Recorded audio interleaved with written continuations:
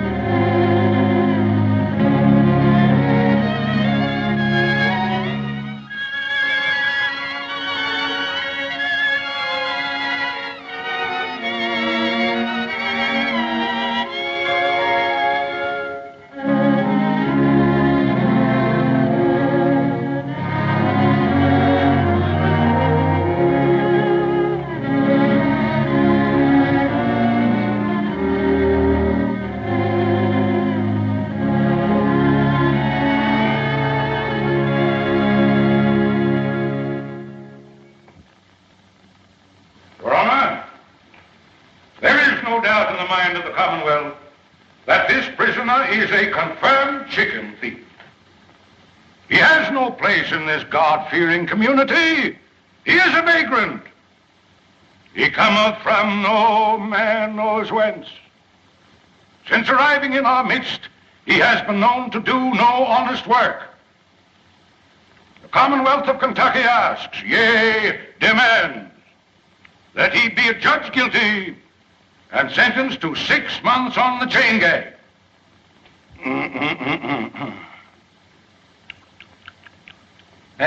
Hey, boy, wake up there. Sheriff, wake him up there. If anybody's going to sleep in this court, it'll be me. Hey, wake up. Come here, boy. There. Come on over here, right there. What's your name? Poindexter. Poindexter? Yeah. Who gave you that? Mr. Randy. Randy?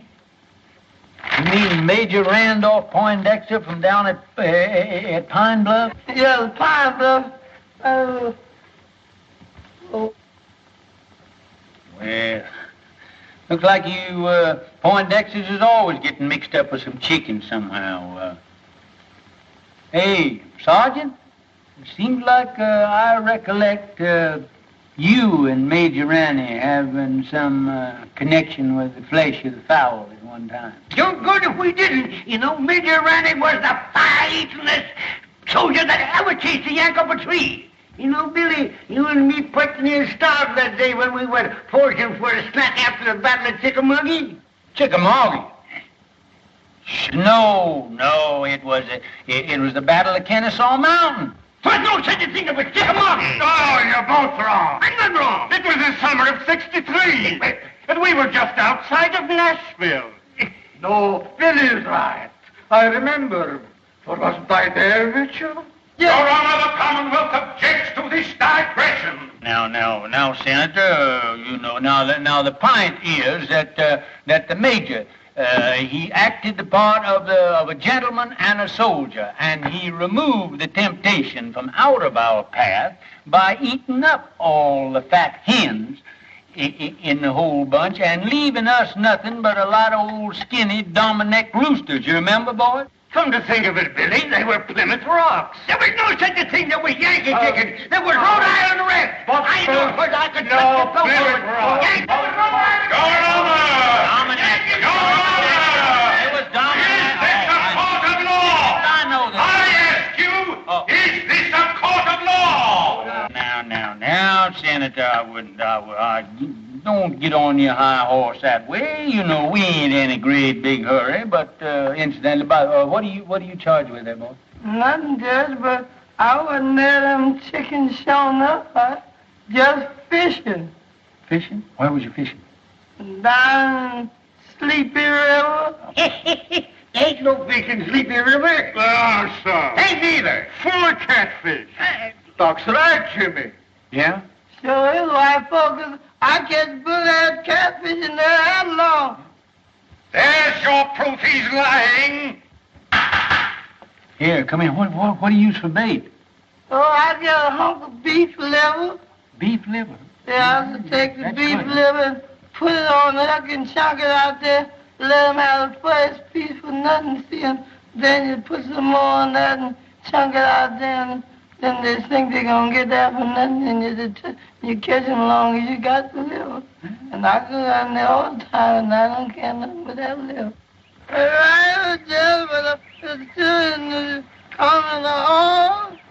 Yeah, I remember. Oh, down there. I bet it must have been how long? Yes, sir. I told him that the other night. I got to take down the judge's clothes. Got to take 'em in the house. Yes, Lord. Got to get out that old ironing board. Fix 'em up for the judge to wear. Yes, Lord. That's what I was going to do. Praise the Lord, Mr. Room. Is you a hand or is you ain't? Hi, Aunt Dilsey. How come you here? The judge say you up there at that college learning to be a lawyer, man. Aunt Dilsey, I got stomach trouble. Lord help you, white child. What them Yankees been feeding you? Not a darn thing. That's the trouble. What have you got for supper? Mr. Rome, you stay here. Us was going to kill the high-stepness rooster in the yard and a great big bowl of milk gravy and grits. And waffles? Don't you worry none, honey. You's home now. Mr. Rome's home. Mr. Rome's home. Mr. Rome's home. Hey, Uncle Billy! Hiya. Well, if it ain't Rome. Well, salt me down. What happened up there? Did them Yankees kick you out of that law school, huh? Sure they did, with a diploma. You're now looking at a full-fledged member of the bar. Let me look at you. Full-fledged, my gizzard. Yeah, lawyer. You know, you better get your britches half sold, because you're going to sit around a long time before you get your first client. Well, I don't mind, Uncle Billy. You know what happened to me before I got my first client, don't you? Lord, I sat through 2 Republican administrations before I...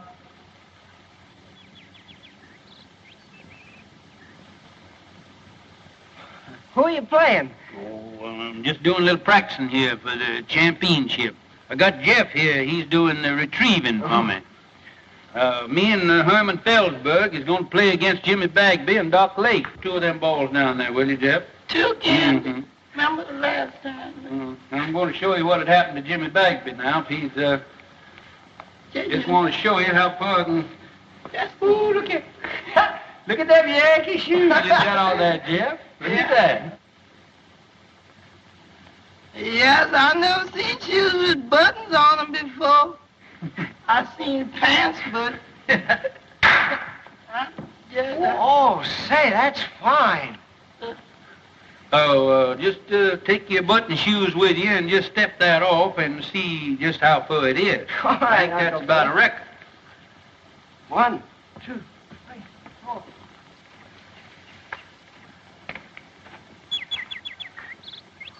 Hello.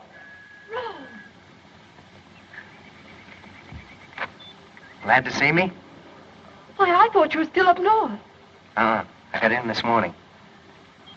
How'd you know I was back here? Well, I didn't, but Uncle My, you look pretty with those things. Isn't this a lovely spray? Mm-hmm. Now, young lady, I want to ask you a question. Please let me down, Rome. Miss Gillespie, will you please tell this court why you didn't answer my letters? I've got to go in. Really, I have. Now, tell the truth, the whole truth, and nothing but the truth, so help you. You know why. All I know is that you've changed since I went away. Well, that isn't it, Rome. It's just that we've grown up. You mean you don't like me anymore? Oh, Rome. Well, if my mother or anybody has said anything... Oh, Ellie Mae, I mean... Well, I'm old enough to choose my own friends. Please let me go. We've got to get this thing settled once and for all. I've got to go in, really, I have. All right, then, I'm coming back tonight and find out what it's all about. You can't. I have an engagement. Who with? Fleming Talley. Well, how about tomorrow night? Oh, Rome, it's no use. All right. That's the way you feel about it. You can sit right there till we understand each other. That's all right. That's all right. We don't need no more practice for them old men. Besides, that exertion calls for a julep. Yes, but you gonna wait for that young gentleman for you. Wait for him? Unless young folks has changed since I was skirmishing around. He won't be back for quite a while. Just look at that goat. Ain't that a pretty sight? What, that goat? There ain't nothing pretty in the world than two young folks in love in the spring. Do about that goat. Oh, goat, my Lord. Ain't you got any sentiment? Ain't you got no girl? Wasn't you ever in love? Tell us stand around here talking about a goat or something. But your mint. What about my mint? That goat in your mint bed. It's in my mint bed. That guy. Act like you starved. Bet you hungry, too. Don't look. Why, William Priest. Oh, hello, Carrie. This is a fine how do you do. What will the neighbors say? I'm ashamed of you. What's ailing you now? That gum goat come in here and eat up my mint bed there. I'll bet he must have been the ruination of 1,000,000 juleps. You and your precious mint juleps. A circuit court judge. Where's your dignity? Dignity? I don't reckon the Priest family will ever have to worry about dignity as long as you're alive and kicking. Well, it's a good thing somebody in this family has pride. I always told my brother when he married you that he saved the family name. Well, if he were living, he wouldn't be fooling around the front yard with a goat. That's not what I came for. Have you seen Rome? Oh, Rome? Rome? Oh, appears like I did see that son of yours around here a while ago. I expect he's downtown, though, now. Strutting around, showing off his button shoes. Now, don't you play possum with me. As if I didn't know you'd been encouraging that girl over there to set her cap for Rome. Carrie. If I didn't know that you had the biggest heart of any woman in the world, I'd think you're the most suspicious creature that ever come down the pipe. Never mind that. You come up on the porch. I want to talk to you.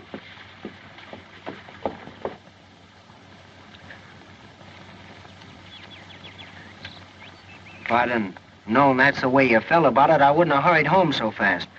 I'm sorry, Rome, but after all, you have your career, your family, and everything in the world that matters to you right here. I don't think you care what matters to me. That's not fair, Rome. After all, I'm only telling you for your own good. William, I'm not a woman to beat about the bush. This business of Rome and that girl next door has got to stop. What do you got against Ellie Mae? She's an awful sweet girl, seems to me. She's got gumption, and she teaches school, and supports herself. I don't want to be unkind. She may be a very nice girl and all that. But after all, Rome is one of the Kentucky priests. And the name of priest means something in Kentucky. Well, I've never heard that it meant intolerance. It means good stock and family pride. You know the kind of stock she comes from. Yeah. Her ma come to this town penniless and died giving birth to Ellie Mae. I remember the night. She was a frail little woman. Wasn't any bigger than Ellie Mae is now. And just as pretty. But who was her father? Well, nobody don't rightfully know. Well, family may not mean anything to you, but it means a whole lot to me. I'm not going to have my grandchildren come into the world under a cloud. You haven't by any chance picked Hod Maydew as their grandpappy, have you? Oh, I know you've never liked Senator Maydew, but you can't say anything against his folks. They've got money, They're an old family, and Virginia's a lovely girl. She's always been crazy about Rome. He could do a lot worse. Well, I guess me and Rome, we ain't got anything to say about it. I knew you'd come around to my way. You gonna stay for supper, ain't you, Carrie? Not tonight, thank you, William. The daughters of the Confederacy are having a chicken supper at Cape Maydew's, and I'm late already. Looks like you daughters get more ferocious every year towards Yankees and fried chicken. You got your badge on there. Yes. Mighty pretty. Good night, William. Sometimes I think you women got more badges and medals out of the soldiers did. Good night, Carrie.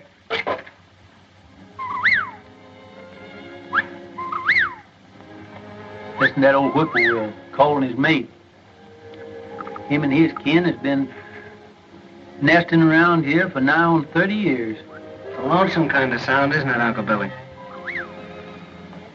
Tis so. You know, the good Lord never meant for nobody, either man or bird, to live by themselves. Uncle Billy, why didn't you come and live with us after Aunt Margaret died? Oh, I never could stand your mom's cooking.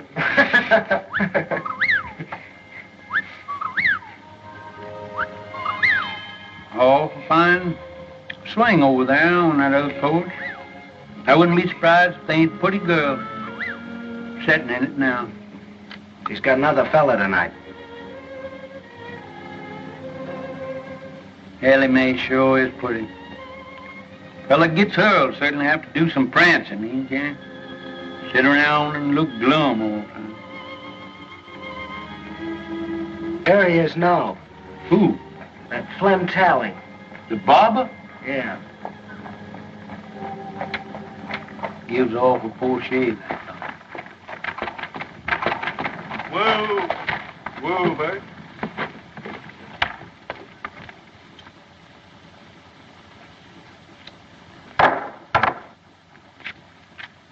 Yeah, I am, honey. Here's the news.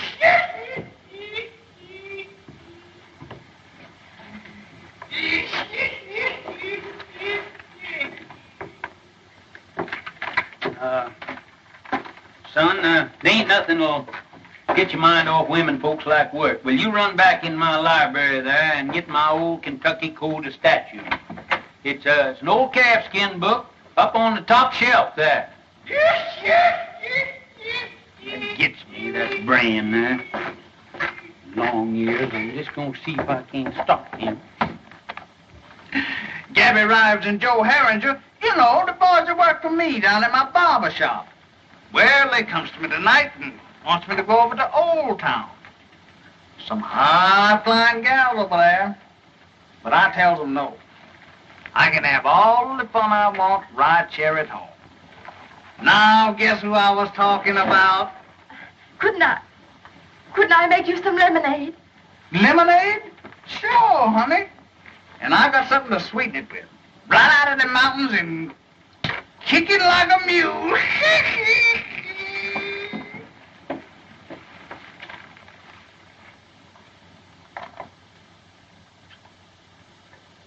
Jack! Oh, Jack!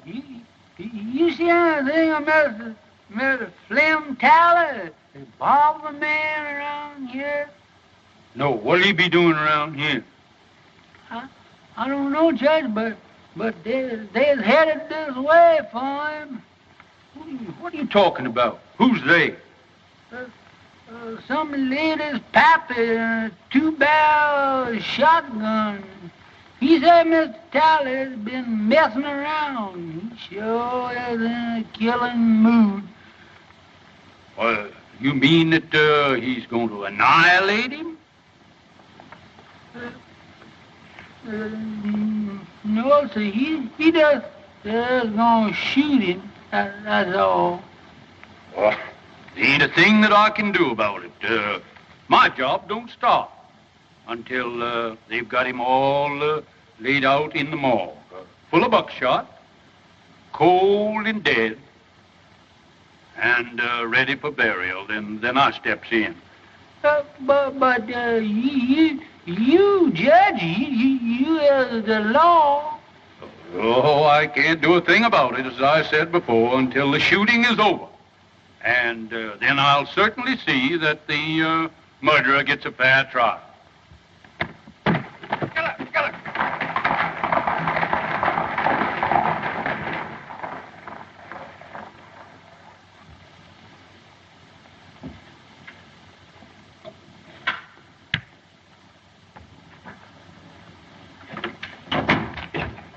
Uncle Billy, I couldn't find that book anywhere. What book? That Kentucky law book.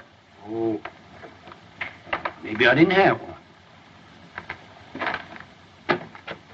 Ellie Mae's waiting for you over there. What? How do you know? Are you sure? Now, don't be standing here like a jaybird gawking when I tell you she's waiting. Go on out of here and go.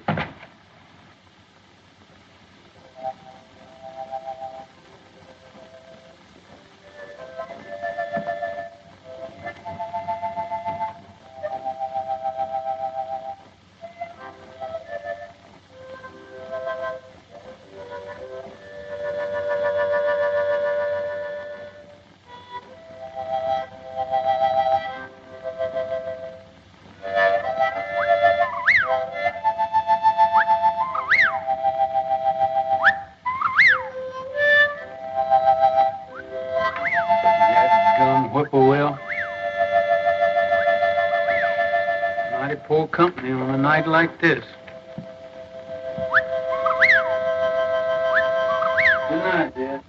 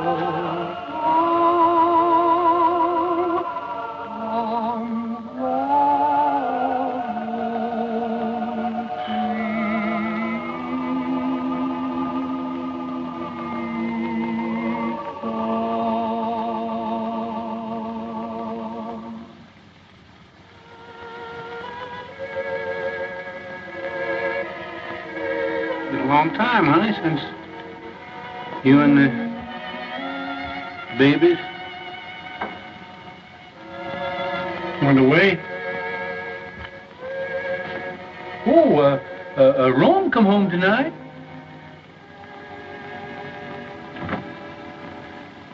Little Robert E. would have been, he'd have been just the same age as Rome is now.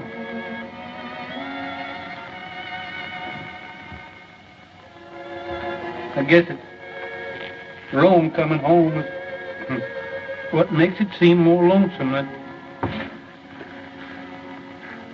ever around here.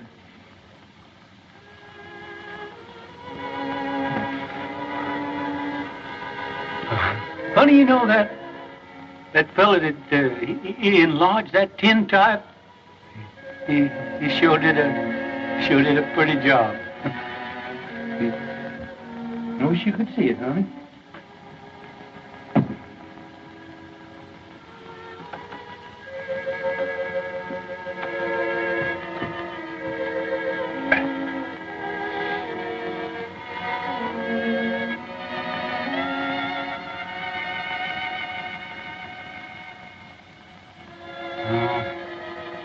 See, that fella put that gilt on there was regular humbug.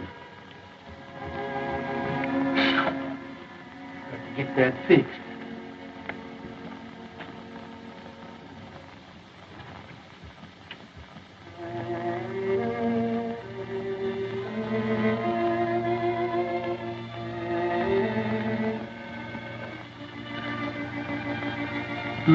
Honey, it sure is a pretty night. Been an awful late spring. But I don't know when I've seen the flowers looking better this time of year.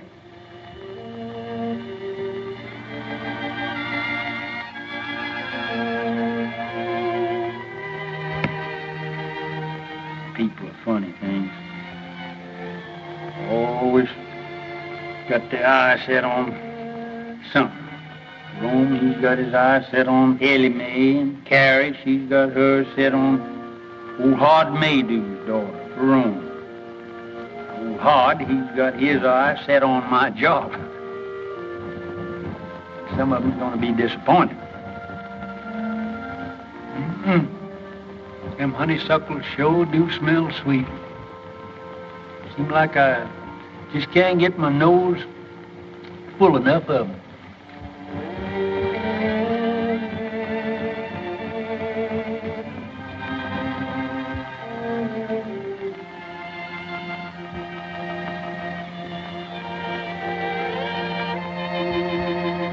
That burn, honey. There's Bob Gillis over that grave.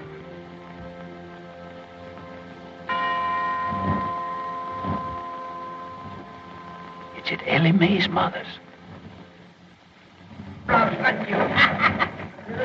You're a pretty boy, though. Yes, sir, you is. Hi, Jimmy. Hello, Billy. What are you doing there? Figuring on getting called to the colors again? Hello, Gillis. Hello. You never know what them Yanks is going to do. We licked them once, and I'm keeping old Deadeye ready in case we got to do it again. Say, better look at old General Forrest there. Think he's going to need a little shoeing pretty soon. Well, I'm mighty busy right now, Billy, shoeing them two horses over there. Hey, Bob, we better take a look at the judge's horses, some of them.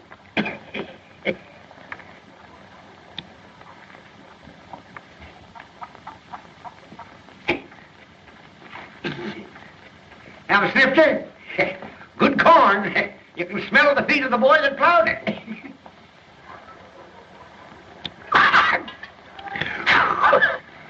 That breath of yours is like a hot mince pie. Where you going? Going fishing. Sleepy River. Sleepy River? Why don't you fish in the trough there? Need shoeing? No, all right for a while yet. Say, bad scar you got there. Bullet? Yeah. Get that in war? No. Folks say you come from up north. Must have got that up there.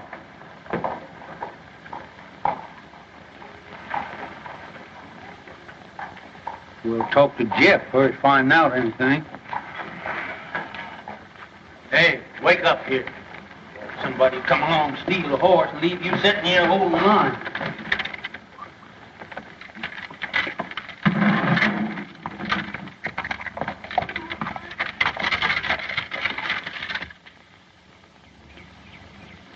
All right, come on with that beef liver now. The bait is in a bait bag. Always keep it in head Hurry up now. and liver. Oh, gee, don't tell me you ain't got it. Looks like that liver done walked off by itself. Lord. Here, I'm going to catch any catfish and ain't got no bait. Take this dime now and hurry on back to town and get me that beef liver. All right, sir. Hurry up now. All right. Actually running now. This is the way it is. You going to put your shoes on? Look, I'm saving in case my feet wear out. And then I have them. Much sitting around as you do. It won't be your feet that'll wear out.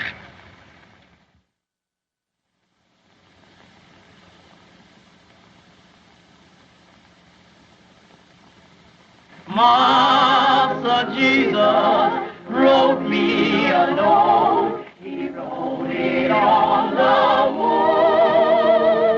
He tell me to put on my Sunday clothes, for he's coming to fetch me soon. Master Jesus wrote me a note. He wrote it in a star. Say he gonna wash me white as snow. Though I be as black as tar.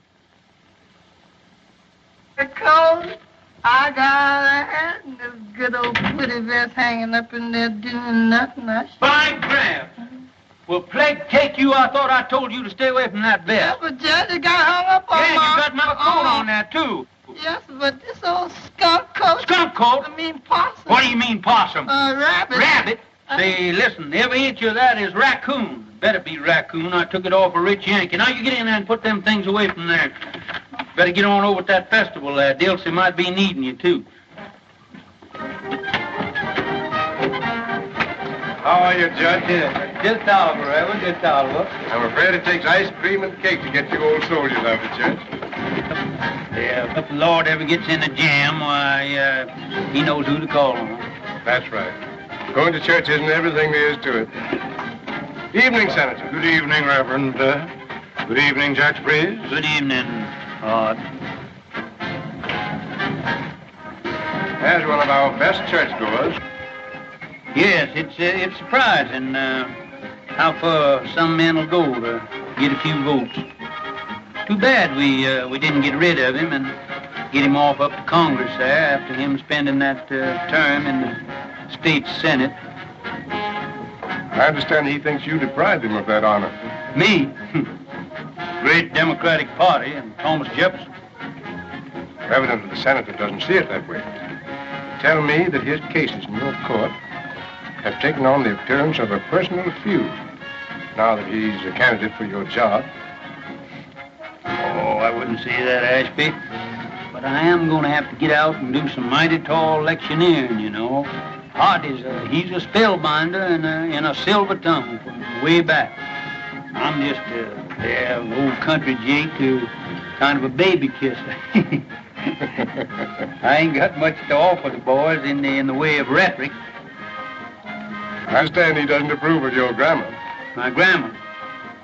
First thing I learned in politics was when to say ain't.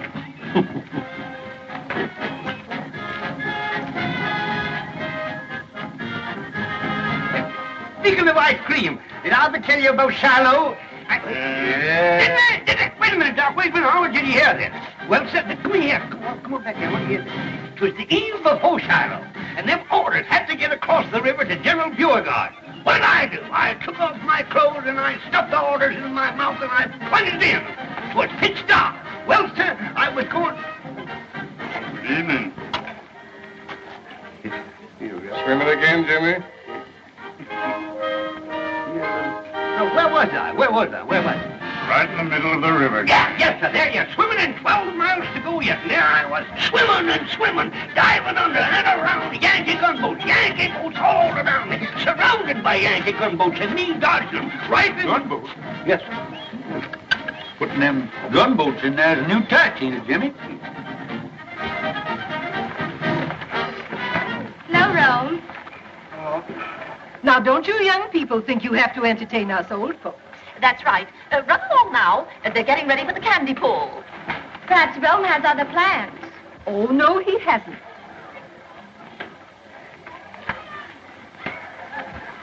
I declare, Virginia gets prettier every time I see her.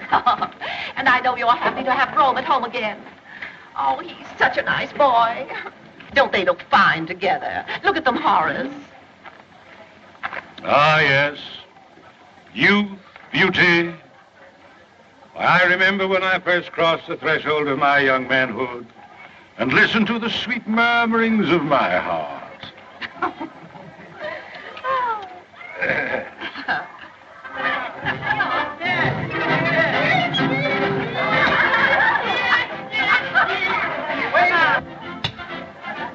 Double portion, please. You have a full portion there. Oh, but we can pay for it. Can't we, Ro?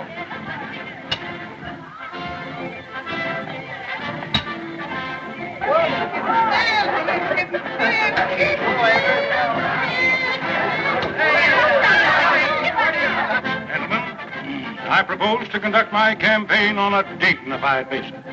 No personality. Others may censure the homespun manners of Judge Priest on the bench. Not I. Others may question the methods by which he has held political control of the county for a quarter of a century. Not I. Oh, gentlemen, merit alone will count in the forthcoming election. Where have you been keeping yourself, Ro? I think you've forgotten where I live. Nothing like that. Mother and Daddy are always teasing me about you. I tell them you don't care anything about me. Bet you have a girl up north. Well, even if I did have, haven't you got every boy in town on your string? Oh, those stick in the mud. They make me tired. Besides, I've been waiting for somebody else.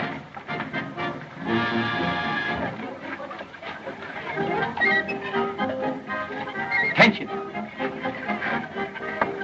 Say, what's the prettiest gal at the festival here, moping around back here by herself, huh? You want some taffy, Judge? I ain't much of a taffy puller.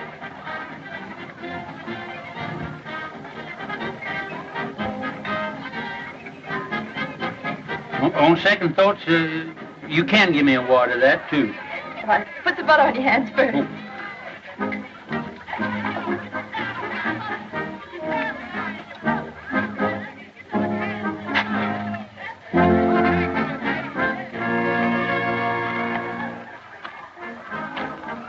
Oh. Uncle Billy. Oh, no. You ain't doing that right. What's the matter with it? Here, let me see your hand. You ain't got no butter on there, no wonder. Here, let me show you. Here, put mine in here. Let me show you. There. Go on up there, run on up there and put some more stickum on your hand there. Go on, right up there. All right, Uncle Billy. That's it. Now, here, put that right over in there now. Now, here. Now, that's the thing. Candy pulling, you got to keep your mind right on it. Look, that's how you're getting it all on your hand. Keep your mind on what you're doing there now. Lord, you pulling candy with champion candy puller of this neighborhood now.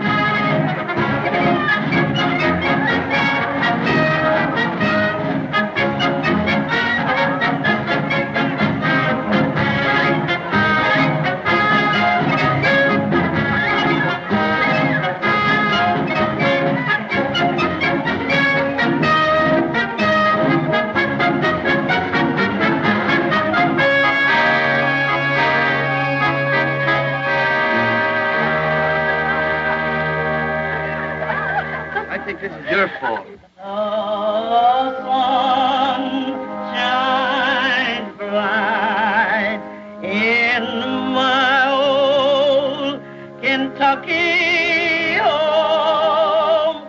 This summer the darkies are gay. The corn tops are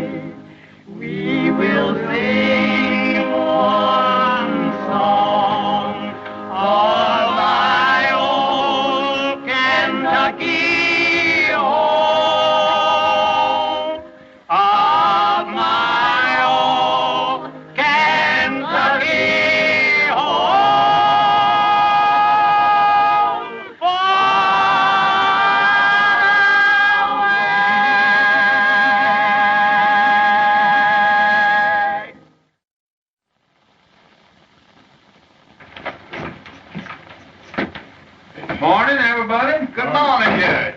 You next. Say, Flem, you got the only lively spot in town. Here, Gabby, what's the latest news in the paper this morning? Hello, Lodge. Howdy, Judge. Say, you ain't been in lately, have you? Good morning, Mr. Morning.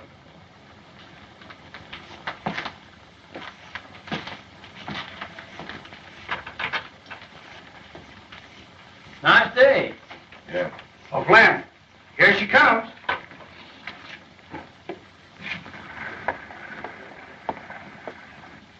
And does she like her Flemmy? Hey, Flem, when you two getting hitched? Don't know it. I heard nobody talking about marriage. You ain't scared of no shotgun wedding, are you? Not as long as she ain't got no paw.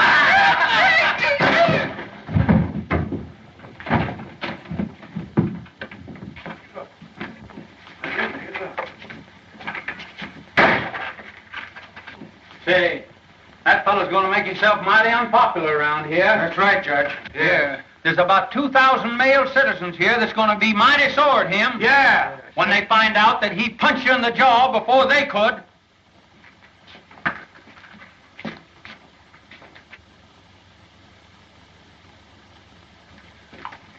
Yes, he's going to be awful unpopular around here.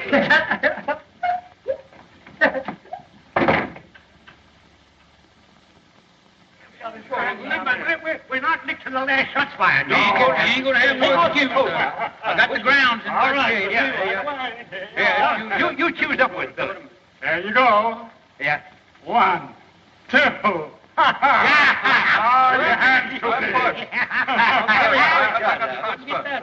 Who starts, Herman? Yes, sir.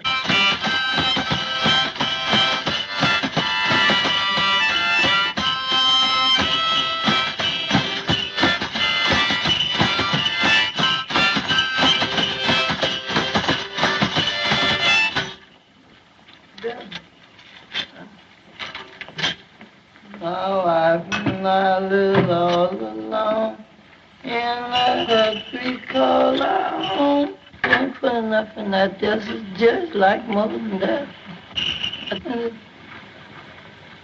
Yeah, and I got a spare one of them. Desolate. Serious.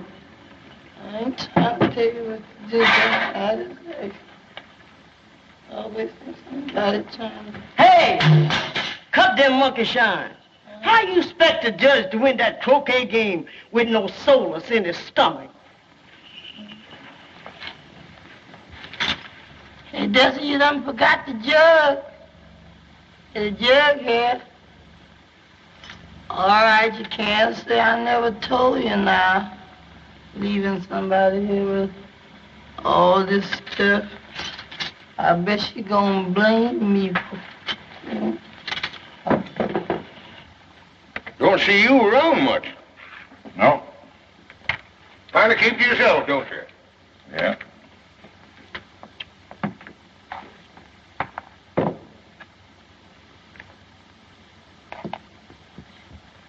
Joe, get some more beer while I knocks me that 14 ball down there in the corner. I'll pay for it. Hey, Flem, Gillis is out there. Yeah? Yes. Come on, let's get it. Don't hold your horses now. He'll be heading to you in a minute, going home. Fellas with me? Sure. Sure with you.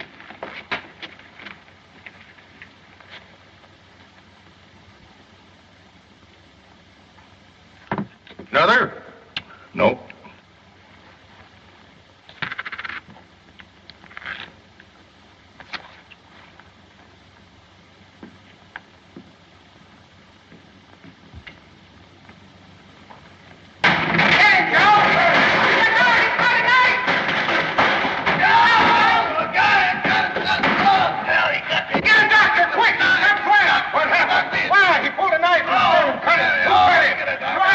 He cut Flem. We saw him. With the knife? Yeah, we saw him do it. Look at that. Cut it. That blacksmith fellow. We're off the fine thing. Get a doctor.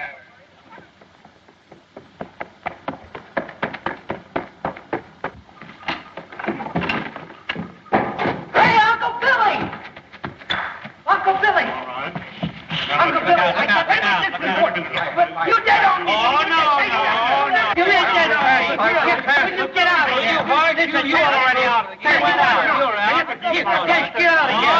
Oh, no. Go on. Yeah, get away. He missed it. Rome, please, will you? Wait on this is an important game here now. Keep still. We're censored. Let me talk to you. Golly, I don't see how the South ever lost the war with a guy that could argue like you did. Uncle Billy. What is the matter? You've already made me lose the game. Uncle Billy, I got a client. Oh, well, who is it? What's the matter with him? Gillis, you know, Mr. Bagby's man. Huh? What's that, Bob Gillis? What's he doing? He cut up Flem Tally. Yeah? And right after he gave himself up, he sent for me. Well, I'll be kicked by a mule. Did he cut him bad? Well, I can't tell yet. Gee, Uncle Billy, he sent for me. It'll be the biggest case in your whole court session, and I'll be defending him. Well, I wouldn't gloat too soon now. Oh, don't you worry. Hey, Ellie Mae! Hey, yeah, I'm going to get down to the jail and see what that fellow's got to say for himself. I'm going to see Tally. Darn robbers, they robbed us out of that, Herman. Now, you better get on down there with me because you're liable to get a chance to go as bail. Ellie Mae! Yeah. Ellie Mae, I got a client. Oh, Rome, I knew you would. Come on over. I want you to talk to Uncle Billy and tell you all about it. That sort of novelty, Herman, the barber getting cut up.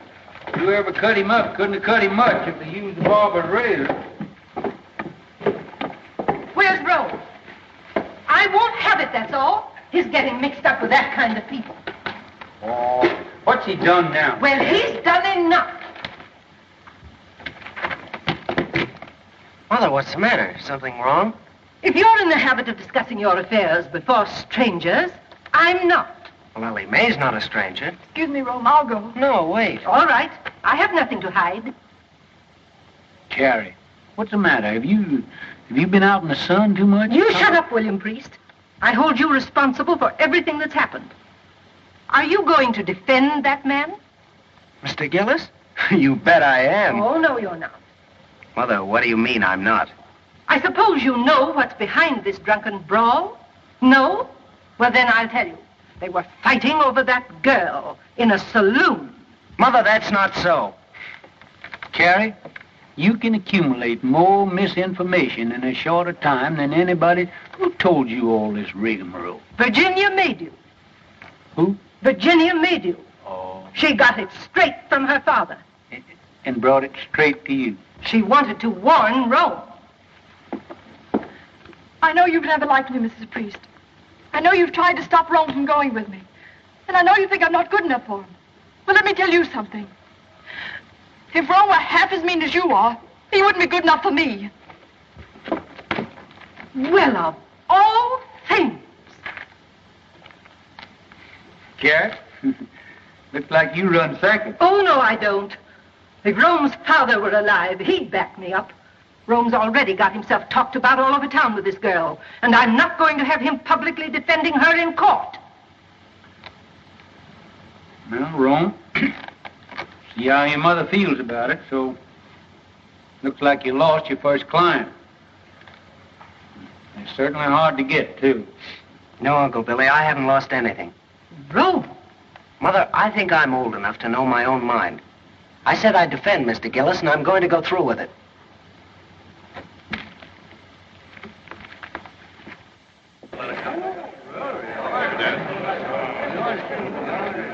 Right this way, Reverend. Have that chair there, please, sir. Hi, Harry. Hi, Luke. How are you? Well, all right.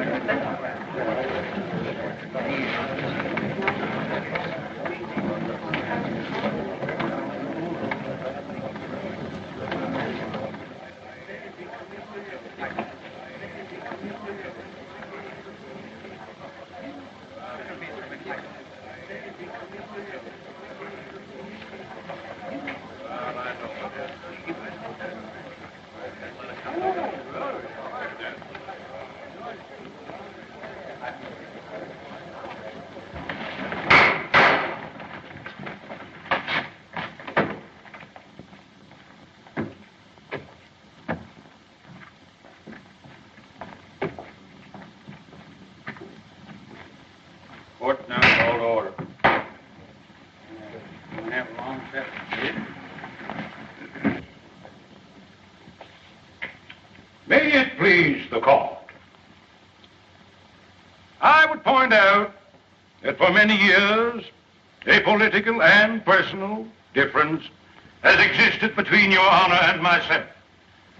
Now that I am a candidate for the exalted office which you have held for so many years, those differences have reached a point where, for the protection of the people, I must demand an impartial trial judge. Perhaps I'm getting deaf, but the fact had never reached me before. Are you insinuating that you won't get full justice in this court? I maintain that my language was sufficiently plain for any comprehension, however obtuse. But I will make it even franker. I charge, in the presence of two witnesses, you took sides with defendant Gillis in a prior attack upon this plaintiff. I've been sitting on this bench for nigh on 20 years, and nobody has ever asked me to step down. I'll file an affidavit of prejudice. That won't hardly be necessary. Then I call upon you, Judge Priest, to vacate the bench during this trial and yield your place to a qualified judge.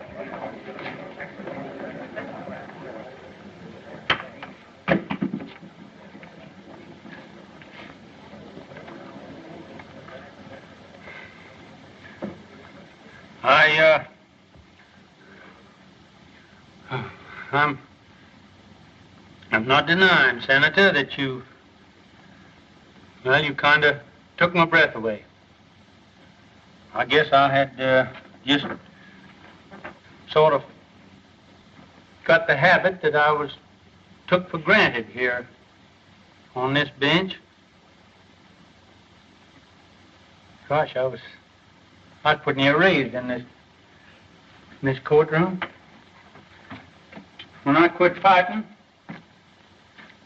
65,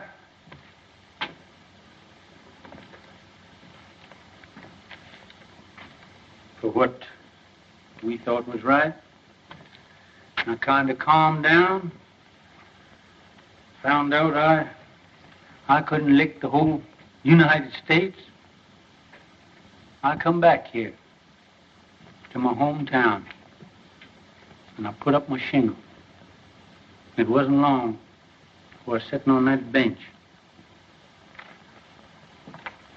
Maybe I did have a hankering for the spirit of the law, not the letter.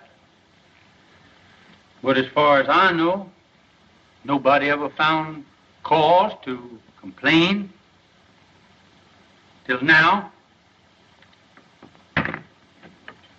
Now, you jury, you forget everything that I've said. And my feelings has no place in the records of this trial. Now, if you will excuse me, neither side has any objection. I'd like to ask the Honorable Floyd Fairley if he won't come up here and take my place on the bench.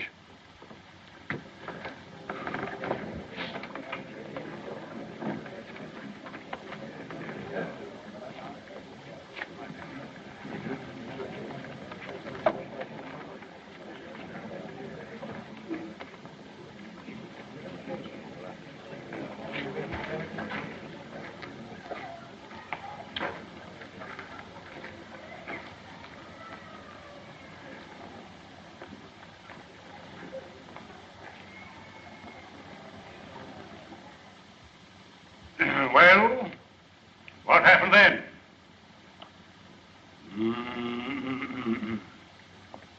Gentlemen of the jury, in plain language, the defendant here burst in upon these three worthy citizens. I object, Your Honor. I deny that my client ever burst into any place or anything. Objection sustained. So be it, Your Honor. Nevertheless, I shall demonstrate that my young friend's client here did burst into something. That armed with a lethal weapon, to wit, a dirk, dagger, or knife of deadly length and deadly sharpness, he burst into Mr. Talley's quivering flesh. I object, Your Honor. Objection sustained. Your Honor's humble servant bows to Your Honor's august ruling. In due time, Mr. Talley's scarred and mutilated person will bespeak the verity of my claim with a silent eloquence far exceeding the powers of my poor tongue.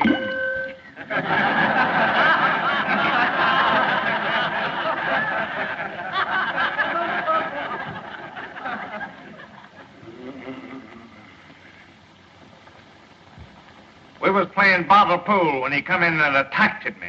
Didn't you attack him with a billiard cue? Not until after he come at me with a knife. Well, it's just like Flem says. We wasn't paying him no mind until he come looking for Flem. But weren't you three all armed with billiard cues? Well, never heard of nobody playing pool without them.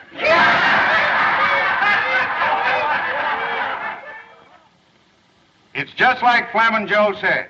He come in looking for trouble. You don't like the defendant, do you? Who does?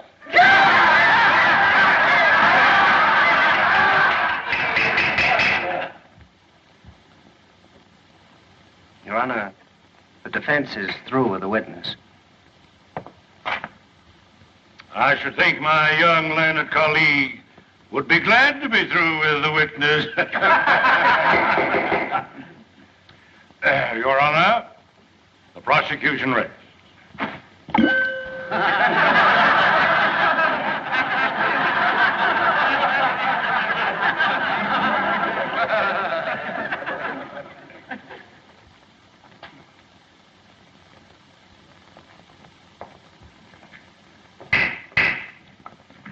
Before the defense proceeds, this court recesses for half an hour.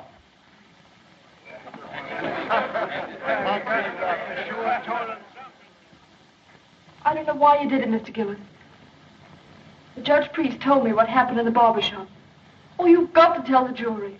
They'd never convict you in a million years if they knew you were defending a girl's name. Don't you see? You can't think of me now. You've got to think of yourself. Look, Mr. Gillis, I don't want to bring Ellie Mae's name into this thing any more than you do. But she's right. They can give you 10 years for assault. And the way Maydew's working on the jury, they'll give you the limit. Oh, you've got to tell the truth, Mr. Gillis. Don't you see? You've got to. I ain't going to tell him anything.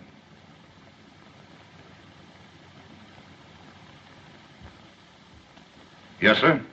Tally lied all the way through. And Herringer and Gab Ride, they lied too. It was 3 against 1 in Billy Gaynor's back room, and it's 3 against 1 in this here courtroom.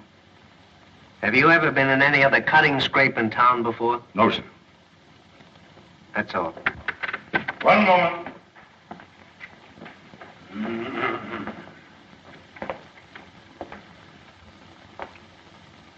Where do you come from, Mr. Gillis? I ain't a saying. You aren't exactly what we Southerners would call a sociable person, are you? I mind my own business. Precise. Except when you go looking for trouble. I don't go looking for trouble. But I ain't the one to run away from it. How long have you had a grievance against Mr. Talley? We had a run-in a few days before he jumped me. Oh, a run-in, eh? And what was this run-in about? Well, come on, tell the jury. What did you hate him for? I ain't a saying. Then you didn't have any reason for knifing. I didn't say that. Well, make up your mind. Why did you hate him? I ain't a saying. Your Honor. Anything further? That's all, Your Honor. The defense rests.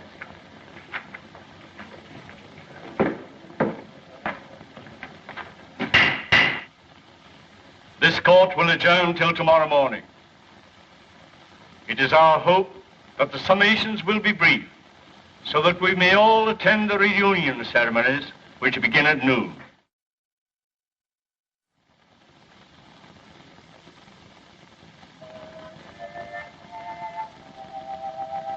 Well, then, yes, this is a pleasure. I don't get the chance to do this often. You certainly does me honor. Here, Jeff, make the Reverend comfortable there.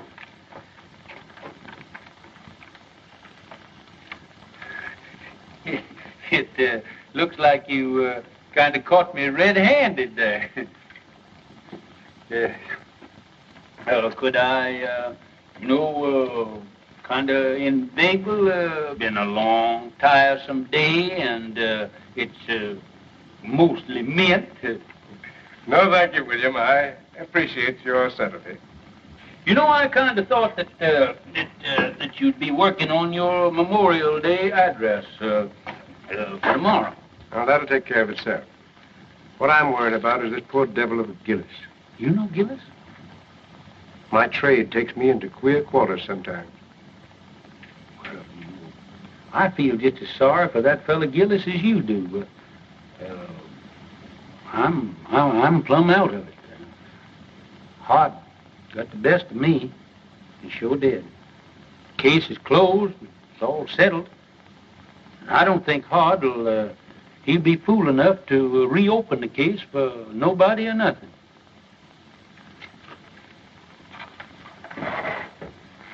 William, I have a duty to perform. A Christian's duty. I'm going to violate the sacred confidence of another. I'm going to break a pledge of secrecy because it's the only course that I see that lies before me. I'm listening, Ashby. 25 years ago. The judge is showing hard misery. Reckon folks ain't been acting just right. Maybe his stomach's been complaining and he needs a toddy this night. Yes, Lord. Yes, Lord. 'Cause tomorrow he's got to be like Mr. Samson, saving Daniel from the lion's den.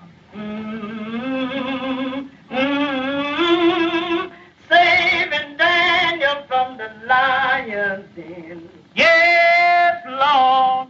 Yes, Lord. The judge could do with a toddy right now. Yes, Judge. Yes, they'll see soon as I get me some men. Oh, Jeff. Jeff. Come on, hurry up here. Come on here when I holler at you. Where you been? Well, I was... Hey, listen, you want to earn that old coonskin coat of mine? I can have that coon coat, Judge. Thank you. Yeah, wait a minute. Come back here. You can if you do everything I tell you to. Do you know a gentleman by the name of Mr. Hart Maydew?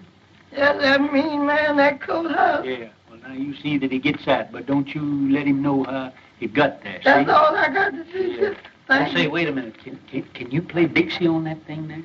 With that coon coat, yes, I played Dixie with Marching Through Georgia. Oh, way ahead. Marching Through Georgia.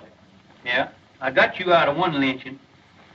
Yes, but for that coon coat, I know that I was going to Get you playing Marching Through Georgia, I'll join the lynchers.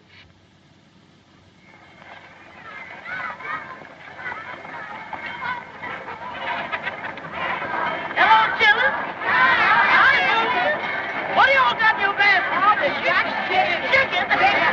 Well, that's just what I got. That's what the judge like.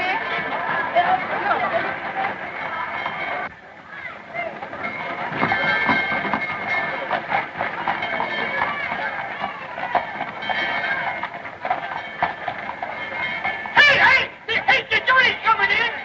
Hey, Lem, come on, the jury's coming in. I'm telling you, Sheriff, we've lost the bass drum. How could you lose a bass drum? Someone stole it. We need it for the parade.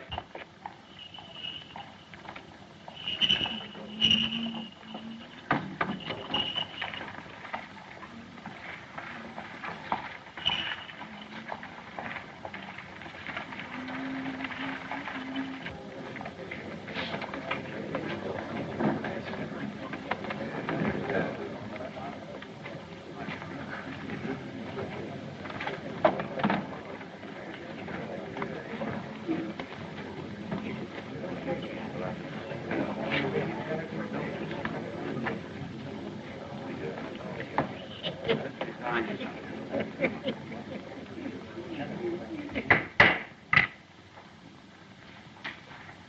You may begin your summation, Mr. Prosecutor. May it please, Your Honor. Since adjournment yesterday, certain information has come into the hands of the Commonwealth, which, in the interest of justice, impels me to reopen the case. The Commonwealth desires to recall the defendant Gillis for further cross-examination. Very well, Mr. Maydew. Proceed. Robert Gillis, take the stand.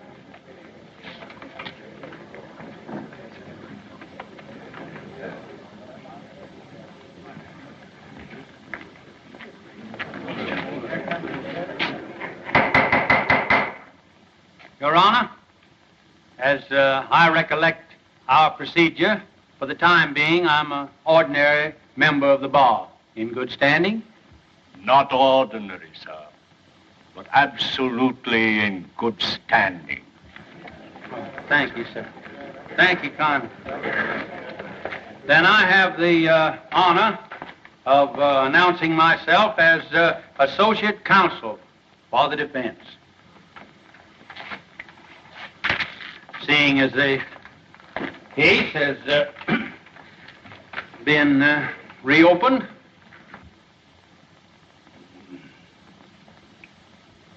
Mr. Gillis, were you always a man of turbulent and violent nature? I always left them alone as left me alone. Is that so? What was the name of the man you once upon a time murdered? I never looked on it as no, it wasn't murdered. A man was killed, wasn't he? Yes. And they stuck you in jail, didn't they? Yes. And they charged you with murder, didn't they? Yes. And the jury found you guilty, didn't they? Yes. Were you sentenced to be hung? No, I went up for life. Did you escape or were you pardoned? I ain't a-saying. And I won't tell you no more no matter what you ask me. You don't need to. Judge Priest, your witness. no questions, Your Honor. But, Uncle Billy, hasn't the defense any evidence to offer in rebuttal, Judge Priest? One character witness, Your Honor. Mr. Clerk, will you kindly call Reverend Ashby Brand?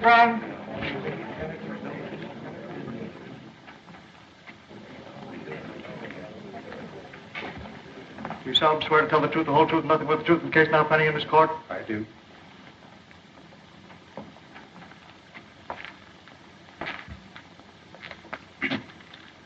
Reverend Brand, before you come to this town, what was your occupation? In my early manhood, before I took holy orders, I had the honor to be a captain of artillery in the late war. In the War of the Rebellion? No, sir. The war for the Southern Confederacy. Yes, sir. You're right, sir. That's right. He's right. My error. One moment, please, Your Honor.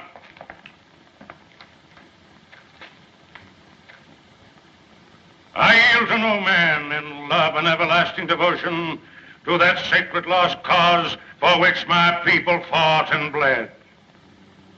But though I cherish all those dear and everlasting memories, which even the bare mention of that great conflict must awaken in every true Kentuckian's bosom, I fail to see any possible connection between this reverend gentleman's military record and the guilt of this man, Gillis.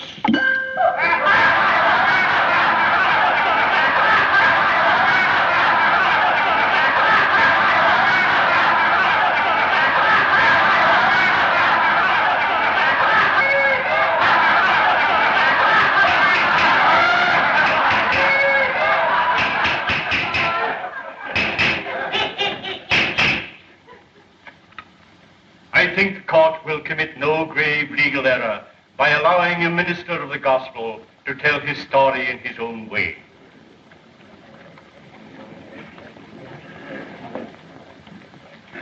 Meander along, Reverend Brand.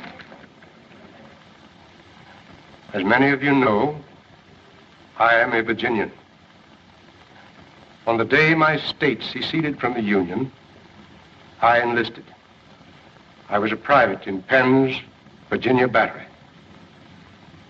By the latter end of the 3rd year, I was in command of that battery. All the officers ranking me had been killed or disabled.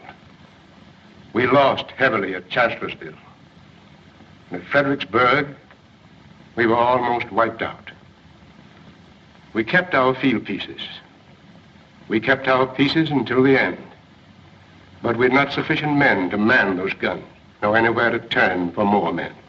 There were no more men left to come in. The Confederacy in '64 was robbing both the cradle and the grave for cannon fodder. Well, sir, I got temporary leave and went to Richmond to see our war governor. I said to him, "Sir, I've come to you to ask for men to serve my guns." He laughed and said, "Tell me where they're to be found." I said, "Among the chain gangs from the state penitentiary." He said, "You've come too late, young man. I've freed every convict that might conceivably be trusted with freedom. There are left only the lifers, and I dare not turn them loose. They are working under guard, building defenses for you to fight behind." He opposed me, but I argued with him. And finally, I won. He gave me authorization, signed it, and with his own hand, affixed the seal of the sovereign state of Virginia. I rode back to the line, sir, and I found my chain gang. I told them to drop their tools and line up before me. I told them, if you go with me, you go to face a hell of destruction and suffering and death. But I said, if you do go, you go as free men, as soldiers of the Confederacy. Your past will lie behind you, and your future, if you survive, is in your own hands. And I promise you this much. If you stand fast, if you do your duty, if bravely and honorably you acquit yourselves as men, then such of you as live through to the end, and some of you will live, are not to come back to this. It's for you to decide. Those who remain behind, stand fast. Those who come with me, advance one pace. Gentlemen of the jury, I tell you, they came at me like a wave from the sea, every one of them. And as time went on, they won for themselves the name of the battalion from hell.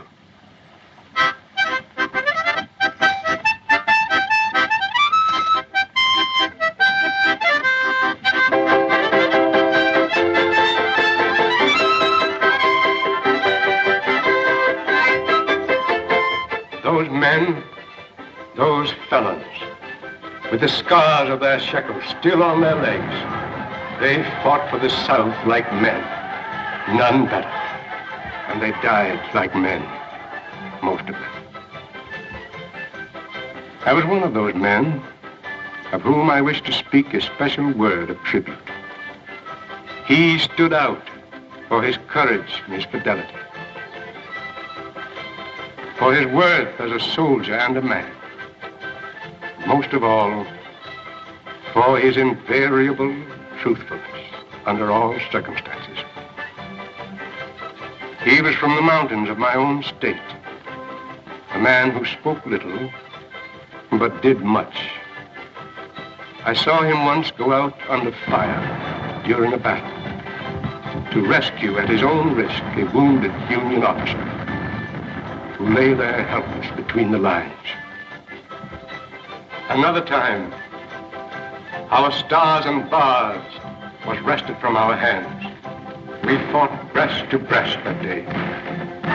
This man of whom I'm speaking threw himself on a riderless horse and rode into the thick of it, and by the grace of God, came galloping back from the jaws of death, our colors clutched in his hand.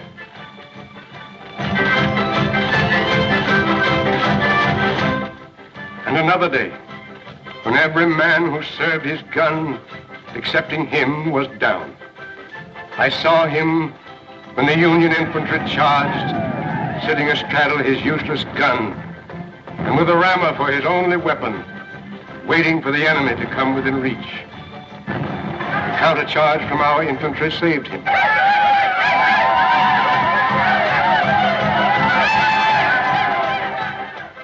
But he had stood fast, and he was alone.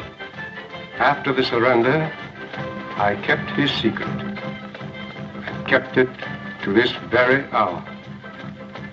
Though I've seen him daily at his work, watching over his daughter, providing for her education through me, all unknown to LMA.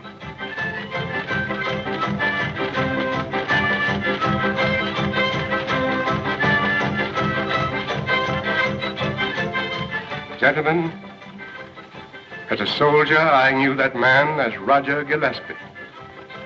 You know him by the name he now wears, Robert Gillis. Hooray for Jeff Davis, the Southern Confederacy, and Bob